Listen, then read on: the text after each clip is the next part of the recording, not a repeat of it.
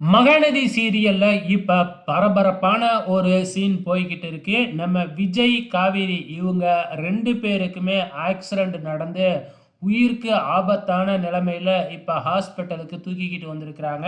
இப்போ வரைக்கும் வந்து பார்த்தீங்கன்னா, அவங்களுக்கு லைட்டா சுயநினைவு இருக்கு. நம்ம காவேரி கைய புடிச்சுக்கிட்டே நம்ம விஜய் இருக்கிறாப்ல. நம்ம காவேரி உள்ளார போகும்போது ஆப்ரேஷன் தியேட்டருக்கு உள்ளார போகறதுக்கு முன்னாடி என்னைய விட்றாதீங்க, விட்றாதீங்க அப்படின்னு சொல்லிக்கிட்டே போறாங்க. ஸோ போகிறப்பவே காவேரி வந்து பார்த்தீங்கன்னா, சுயநினைவை இழந்துடுறாங்க.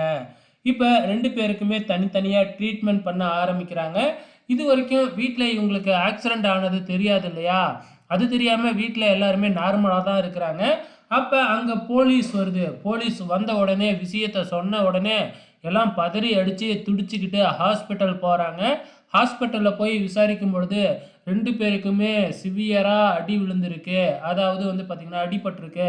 அதனால கான்ஷியஸ்லயே இல்ல. இப்பொழுதைக்கு எதுவுமே சொல்ல முடியாது அப்படின்னு டாக்டரும் சொல்லிடுறாங்க. கொஞ்ச நேரத்துல நிவினும், யமுனாவும் அங்க வந்துடுறாங்க.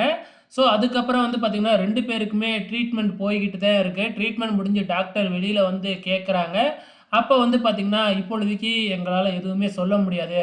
ஏன்னா, அவங்களுக்கு இன்னும் சுயநினைவே வரல அப்படிங்கிற மாதிரி சொல்லிடுறாங்க. ஸோ இன்னைக்கு வந்து பார்த்தீங்கன்னா, இதோட முடிச்சுட்டாங்க. அடுத்து என்ன நடக்கும் அப்படிங்கிறதே தெரியல.